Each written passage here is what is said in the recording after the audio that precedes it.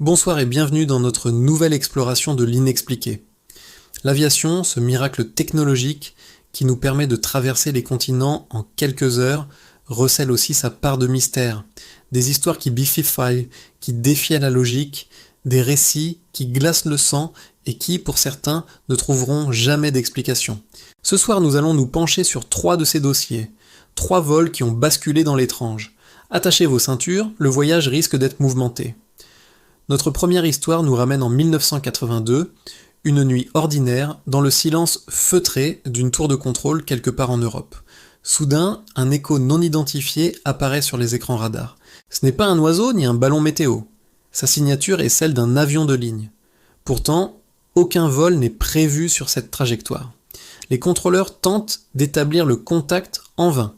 L'écho fantôme suit une route aérienne parfaitement dessinée, mais ne répond à aucun appel.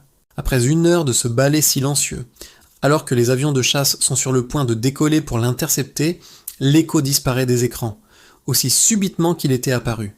Aucune trace, aucun débris, juste le silence et une question lancinante. Qui ou quoi venait de traverser leur ciel? Le ciel peut aussi jouer des tours à l'esprit. Prenez l'histoire de ce pilote expérimenté lors d'un vol de nuit transatlantique.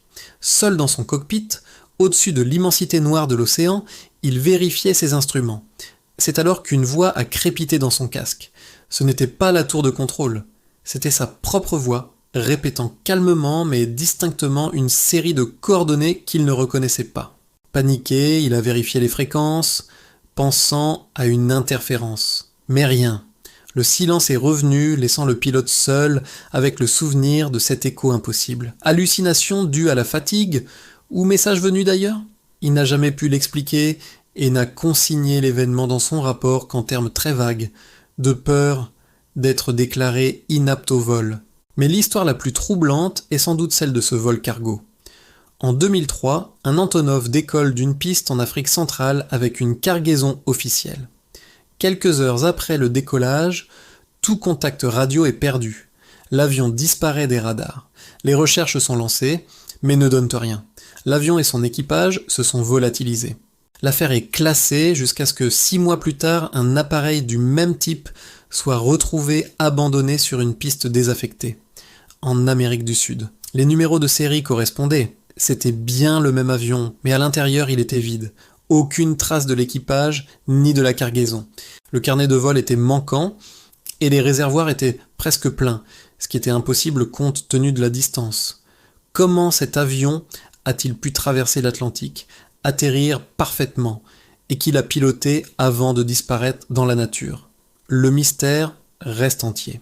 Ces récits, à la frontière entre le fait divers et le paranormal, nous rappellent que malgré toute notre technologie, le ciel garde encore ses secrets. Des échos fantômes aux voix venues de nulle part, ces histoires continuent de hanter le monde de l'aviation.